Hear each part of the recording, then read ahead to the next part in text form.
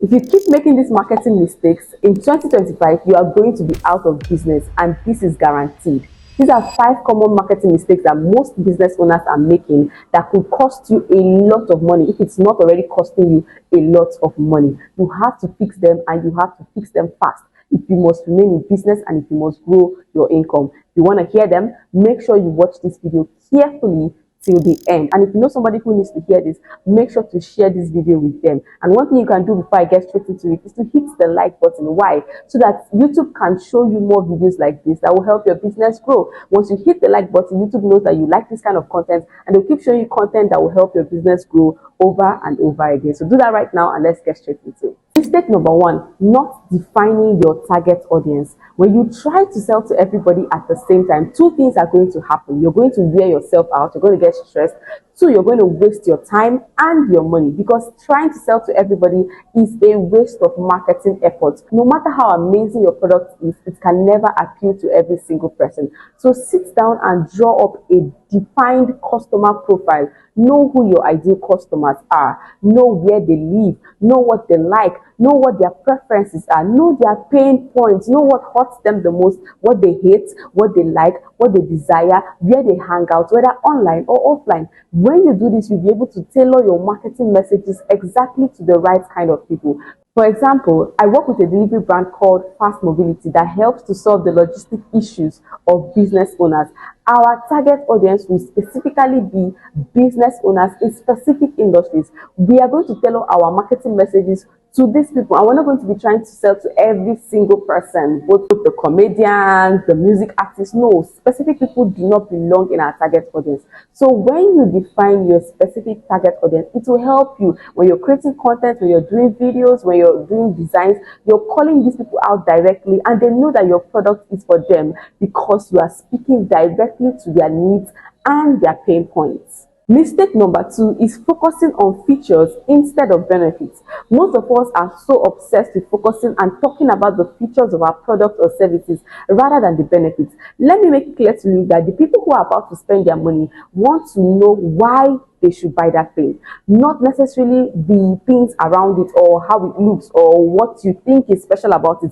This is why you should clearly define your target audience, because to you, you might feel like the features are the amazing things, but to them, they're not interested in the features. They want to know what this thing does for them. What problem does it solve? What value does it bring to the table? I'm going to give you a typical example. Let's say I sell these glasses. Because I'm the seller, I might be so obsessed with the color. Oh my God, this color is the best. And I come out and I keep talking about the color, the shape is so unique. Nobody in Nigeria has it. And that's what I keep talking about. Meanwhile, the person who wants to spend his or her hard-earned money buying these glasses is more interested in what can these glasses do for me? What does the color even add to my life? How does the shape affect my generation, or affect my income, or affect anything, affect my health?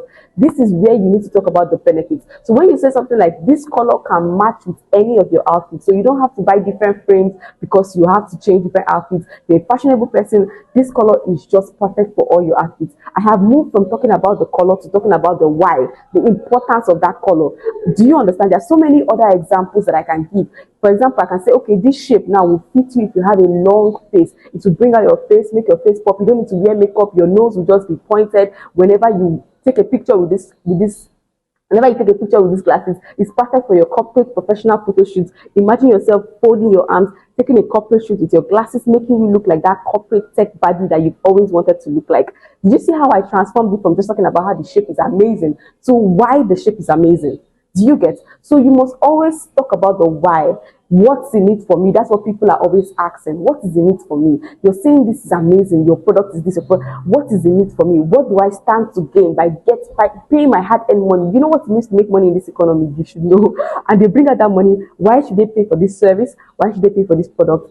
It is your duty to answer these questions in all your marketing messages, your videos, your designs, your text, your stories, your blog posts. They should all answer the why question. So if you're making these mistakes of constantly focusing on the features, oh, it's fine, it's 22 inches, it's 10 inches, it's available in large, in small, it stretches, it expands. Why?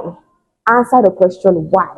Why is it important for me to know that it expands? Why is it important for me to know that it is in size small? You need to explain this thing so that you can communicate to them. Don't expect people to understand.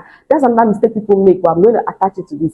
The assumption mistake. You assume that they understand. They should know now. They should understand now. No, they don't. You need to constantly spell things out to your audience, right? I was talking to somebody recently and I said, this your offer is great. When people take this offer, they're going to save a lot of money. But the problem is that you assume that they know. You assume that they can do the calculations by themselves, but they cannot. You do the calculation for them. Tell them, if you go out here, you're going to spend 100K, but if you get this, look at, you're going to spend 80,000. 100 minus 80 is 20,000. You're going to save 20,000. This 20,000 can take care of your transport for the next 1 month. I have spelled it out. I have done the calculation for you. I'm not going to assume that you know the difference between 100 and 80K. No, I am going to spell it out for you like you are a child. That is how to do marketing that works. The third common mistake that people make in marketing is inconsistent branding.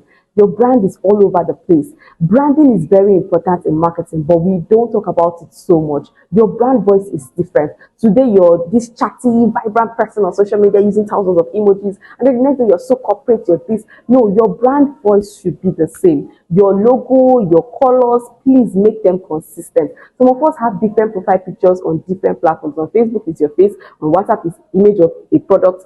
On Twitter, it's your logo. On TikTok, no. You should be able to find and identify you anywhere. Check other brands. If there's any day they're going to change anything, it changes everywhere on their mail, and they even send you notifications. The problem why you're not growing is because you treat your brand like a small brand, a hobby. You're not seeing it like these big brands. You're not learning from them. You should learn from them. So your branding should be consistent. Your voice, your visuals, your tone, the text, they should be consistent in passing the same message everywhere. We should know you for something everywhere, and also consistent in always showing up. Don't show up whenever you feel like. It is not a hobby, it is a business.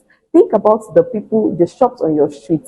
You know that if somebody stops showing up on the shop and maybe you want to buy something in a particular day and the person usually buy from is not around, what are you going to do? Are you going to stand there and stay till she comes back? No, you're not that loyal. She's not putting your kidney. You're going to go to the next shop.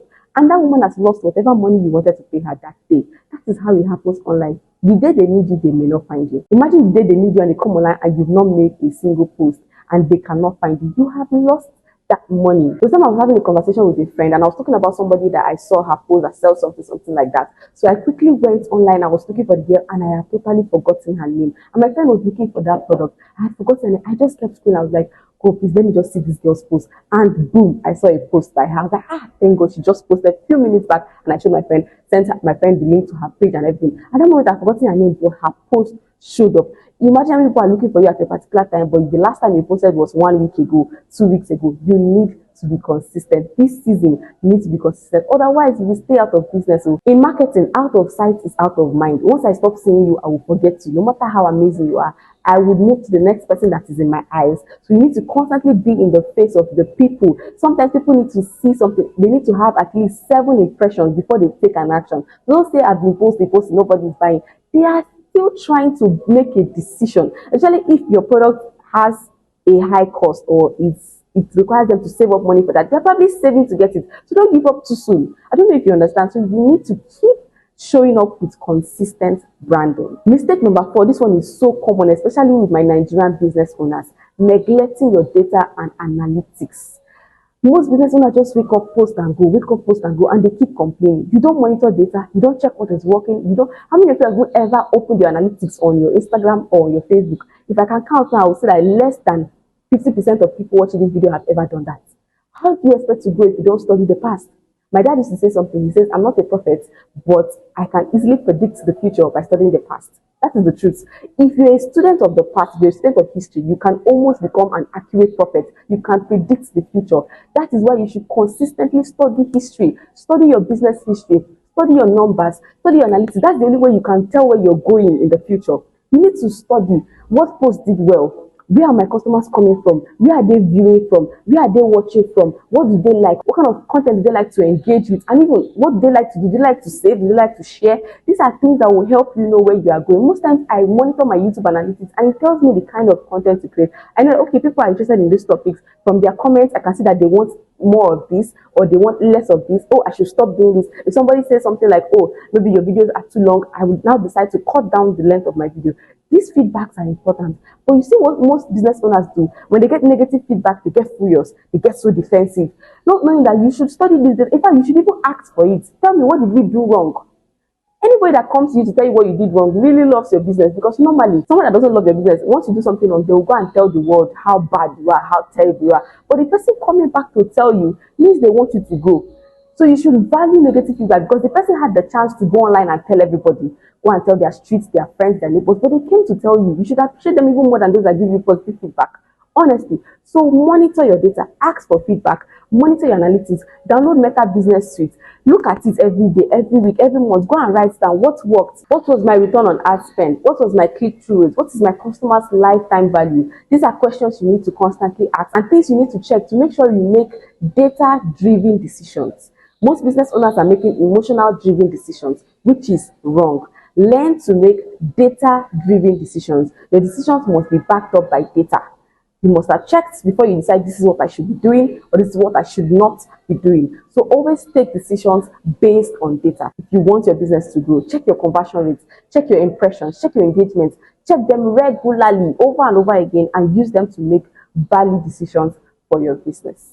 Now, number 5 mistake is ignoring follow-up. Most business owners do not take follow-up seriously at all. They just think that once the conversation is done or the sale is made, that is all. You don't know that following up on that prospect could still lead you to get the money. There's something people say, the money is in the follow-up. Even somebody who has bought from you can buy again and again if you learn how to follow up. Follow-up is so powerful. When people say, I will get back to you, do you follow them up or you just put your arms and wait for them to get back to you? That's where your money is. So go back now and start following up on pending conversations. In fact, create a follow-up strategy. How often do I reach out to people, both people who have bought and people who have not bought, both leads and sales, and give them new offers, give them reasons to buy. Stop letting people just go like that. Constantly follow up people in your business. Create a follow-up strategy. Create a series of follow-up messages that you can send. Create a series of offers you can give to people who have refused to take action that you can use to get them to take action. The money is in your follow-up that you have refused to do. So as a business owner, don't make the mistake that other business owners are making. Don't neglect them. In fact, have a team. If you can afford, have a team that their job is just to follow up. Call people who have refused to take action. Call even those that are taking action. Ask them for referrals. Ask them to get the new package or the new offer that you have in store, and they will buy. Somebody has bought from you once. It means they trust you to some extent. So why are you not milking that trust to get more and more money from them? So take advantage of follow-up and you're going to see the difference in your business. If there's any of these points that you want me to talk on, like in a full video, let me know in the comment section and I'll do a separate video. If it's about follow-up, it's about target audience or data or any of the things I mentioned, let me know in the comment section and I will do a separate video on that. Thank you for watching, and if you love topics on sales, marketing and finance, this is the best time to subscribe to this channel and turn on the notification bell, because there are more and more amazing videos like this that are coming soon. So I love you so much and I will see you in the next one. Don't forget to share. Bye bye.